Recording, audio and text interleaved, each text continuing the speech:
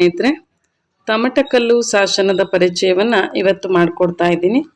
ಈ ತಮಟಕಲ್ಲು ಶಾಸನ ಎಲ್ಲಿ ದೊರೀತು ಅನ್ನೋದನ್ನು ಮೊದಲು ನೋಡೋದಾದರೆ, ಇದು ಚಿತ್ರದುರ್ಗ ಜಿಲ್ಲೆಯ ತಮಟಕಲ್ಲು ಅನ್ನುವಂತಹ ಒಂದು ಗ್ರಾಮದಲ್ಲಿ ಒಂದು ಹೊಲದಲ್ಲಿ ಈ ಶಾಸನ ಇದೆ ಅಂತ ಹೇಳಲಾಗುತ್ತೆ.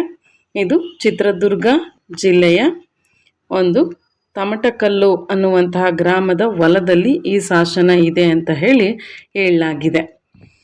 ಹಾಗೆ ಇದು ಯಾರ ಬಗ್ಗೆ ಹೇಳಲಾಗಿದೆ ಅಂತ ಅಂದರೆ, ಇದೊಂದು ವೀರಗಲ್ಲು ಅಂತ ಹೇಳಲಾಗುತ್ತೆ. ಇದೊಂದು ವೀರಗಲ್ಲು. ಈ ಶಾಸನ ಗುಣಮಧುರಾಂಕ ಅನ್ನುವಂಥವನ ಒಂದು ವೀರತ್ವ ಮತ್ತು ಅವನ ವೀರದ ವ್ಯಕ್ತಿತ್ವವನ್ನು ವರ್ಣಿಸಿರುವಂತಹ ಶಾಸನ. ಇದೊಂದು ವೀರಗಲ್ಲು ಶಾಸನವೂ ಹೌದು, ಹಾಗೆ ಪ್ರಶಸ್ತಿ ಶಾಸನವೂ ಹೌದು ಅಂತ ಹೇಳಲಾಗುತ್ತೆ. ಈ ಶಾಸನದ ಕಾಲ ಕ್ರಿಸ್ತಶಕ 500 ಅಂತ ಹೇಳಲಾಗುತ್ತೆ. ಹಾಗೆ ಈ ಶಾಸನದ ಭಾಷೆ ಪೂರ್ವದ ಹಳಗನ್ನಡ. ಈ ಶಾಸನದಲ್ಲಿ ಬಳಸಿರುವಂತಹ ಭಾಷೆ ಪೂರ್ವದ ಹಳಗನ್ನಡ ಅಂತ ಹೇಳಲಾಗಿದೆ. ಇನ್ನು ಕನ್ನಡ ಸಾಹಿತ್ಯದ ಮೊದಲ ಉಪಲಬ್ಧ ಪ್ರಥಮ ಪದ್ಯ ಶಾಸನ ಅಂತ ಕೂಡ ಇದನ್ನು ಕರಿಬೋದಾಗಿದೆ. ಕನ್ನಡ ಸಾಹಿತ್ಯದ ಮೊದಲ ಉಪಲಬ್ಧ ಪ್ರಥಮ ಪದ್ಯ ಶಾಸನ ಅಂತ ಹೇಳಿ ಇದನ್ನು ಕರಿಬೋದಾಗಿದೆ. ಹಾಗೆ ಈ ಒಂದು ಶಾಸನ ಕನ್ನಡದ ಪ್ರಥಮ ವೀರಗಲ್ಲು ಅಂತ ಕೂಡ ಗುರುತಿಸಲಾಗುತ್ತೆ. ಇದೊಂದು ಪ್ರಥಮ ವೀರಗಲ್ಲು ಅಂತ ಕೂಡ ಗುರುತಿಸಲಾಗಿದೆ.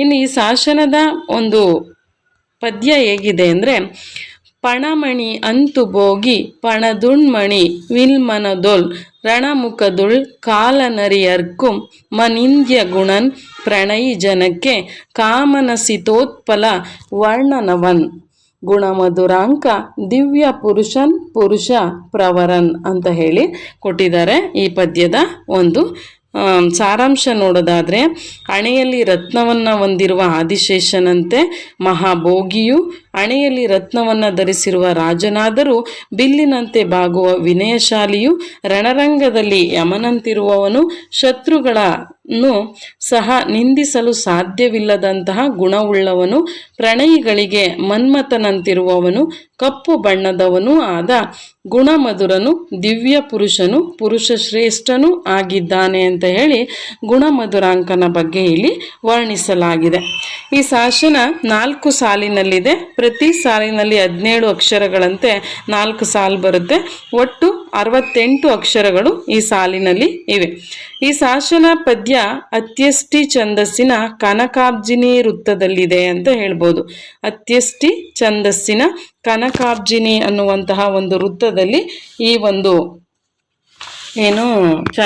ವೃತ್ತದಲ್ಲಿ ಈ ಶಾಸನ ಇದೆ ಅಂತ ಹೇಳ್ಬೋದಾಗಿದೆ. ಹಾಗೆ ಇದನ್ನು ನತ್ಕುಟಕ ವೃತ್ತ, ಅವಿತತ ವೃತ್ತ ಅಂತ ಕೂಡ ಕರೀತಾರೆ. ಈ ಒಂದು ಶಾಸನದಲ್ಲಿರುವಂತಹ ಅತ್ಯಷ್ಟಿ ಛಂದಸ್ಸಿನ ಕನಕಾಬ್ಜಿನಿ ವೃತ್ತವನ್ನು ನತ್ಕುಟಕ ವೃತ್ತ, ಅವಿತತ ವೃತ್ತ ಅಂತ ಕೂಡ ಕರೆಯುವಂಥದ್ದನ್ನು ನಾವು ನೋಡ್ಬೋದಾಗಿದೆ. ಹಾಗೆ ಹೇಳ್ದಾಗೆ ನಾನು ಈ ಶಾಸನದ ಭಾಷೆ ಪೂರ್ವದ ಹಳಗನ್ನಡ. ಈ ಶಾಸನ ಪದ್ಯದಲ್ಲಿ ಅನುಸ್ವರದ ಬದಲು ನಕಾರ ಪ್ರಯೋಗವಾಗಿದೆ. ಉಳ್ ಎಂಬ ಸಪ್ತಮಿ ವಿಭಕ್ತಿ ಪ್ರತ್ಯಯವು ಬಳಕೆಯಾಗಿದೆ. ಇನ್ನು ಗುಣಮಧುರಾಂಕನ ವ್ಯಕ್ತಿತ್ವವಿರುವಂತಹ ಇದು ಒಂದು ರೀತಿ ಶ್ಲೇಷ ಅಲಂಕಾರದಲ್ಲಿ ವರ್ಣಿಸಲಾಗಿದೆ ಅಂತ ಹೇಳ್ತಾರೆ. ಇದು ಶ್ಲೇಷ ಅಲಂಕಾರದಲ್ಲಿ ವರ್ಣಿಸಲಾಗಿರುವಂಥದ್ದು ಅಂತ ಕೂಡ ಹೇಳ್ಬೋದಾಗಿದೆ. ಶಾಸನ ಪ್ರಾರಂಭದಲ್ಲಿ ಸಂಸ್ಕೃತ ಶ್ಲೋಕ ಇದೆ. ಗುಣಮಧುರನು ಮಸಿಕಾಪುರದ ಅಧಿಪತಿ ಭಾರದ್ವಾಜ ವಂಶದ ಧನಾಗಮನ ಮಗ ಎಂಬುದಾಗಿ ಅದರಲ್ಲಿ ವಿವರಿಸಲಾಗಿದೆ. ಹಾಗಾಗಿ ಈ ಶಾಸನದ ಲಿಪಿ ಮತ್ತು ಭಾಷಾ ಸ್ವರೂಪದಿಂದ ಇದು ಕ್ರಿಸ್ತಶಕ 500ರ ಕಾಲಘಟ್ಟಕ್ಕೆ ಸೇರಿದಂತಹ ಶಾಸನ ಅಂತ ಹೇಳಿ ಗುರುತಿಸ್ಬೋದಾಗಿದೆ.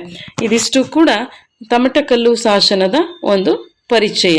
ಏನು ಪ್ರಶ್ನೆ ಕೇಳ್ಬೋದು ಅಂತ ಅಂದರೆ, ಈ ತಮಟಕಲ್ಲು ಶಾಸನ ಯಾವ ಸ್ವರೂಪದ್ದು ಅಂದರೆ ವೀರಗಲ್ಲು ಮತ್ತು ಪ್ರಶಸ್ತಿ ಶಾಸನ ಎರಡಕ್ಕೂ ಬರುತ್ತೆ. ಇದರ ಕಾಲ ಕ್ರಿಸ್ತಶಕ 500 ಮತ್ತು ಕನ್ನಡದಲ್ಲಿ ಮೊದಲ ಪ್ರಥಮ ಪದ್ಯ ಅನ್ನುವಂತಹ ಒಂದು ಹಿರಿಮೆಗೆ ಇದು ಪಾತ್ರವಾಗಿದೆ. ಯಾವ ಒಬ್ಬ ವೀರನನ್ನು ವರ್ಣಿಸಲಾಗಿದೆ ಅಂದರೆ ಗುಣಮಧುರಾಂಕ ಅನ್ನುವಂಥ ವೀರನ ವ್ಯಕ್ತಿತ್ವವನ್ನು ಇಲ್ಲಿ ವರ್ಣಿಸಲಾಗಿದೆ ಅಂತ ಹೇಳ್ಬೋದಾಗಿದೆ. ಇದರಲ್ಲಿ ಬಳಕೆಯಾಗಿರೋ ವೃತ್ತ ಕನಕಾಬ್ಜಿನಿ ವೃತ್ತ ಅಥವಾ ನತ್ಕುಟಕ ಅಥವಾ ಅವಿತತ ಅಂತ ಕೂಡ ಅದಕ್ಕೆ ಹೆಸರುಗಳಿರೋದನ್ನ ನಾವು ನೋಡ್ಬೋದಾಗಿದೆ. ಇದಿಷ್ಟು ತಮಟಕಲ್ಲು ಶಾಸನದ ವಿವರಣೆ. ಮತ್ತೆ ಮುಂದಿನ ತರಗತಿಯಲ್ಲಿ ಮತ್ತೊಂದು ಶಾಸನದ ಬಗ್ಗೆ ತಿಳಿಸ್ತೀನಿ. ಧನ್ಯವಾದ.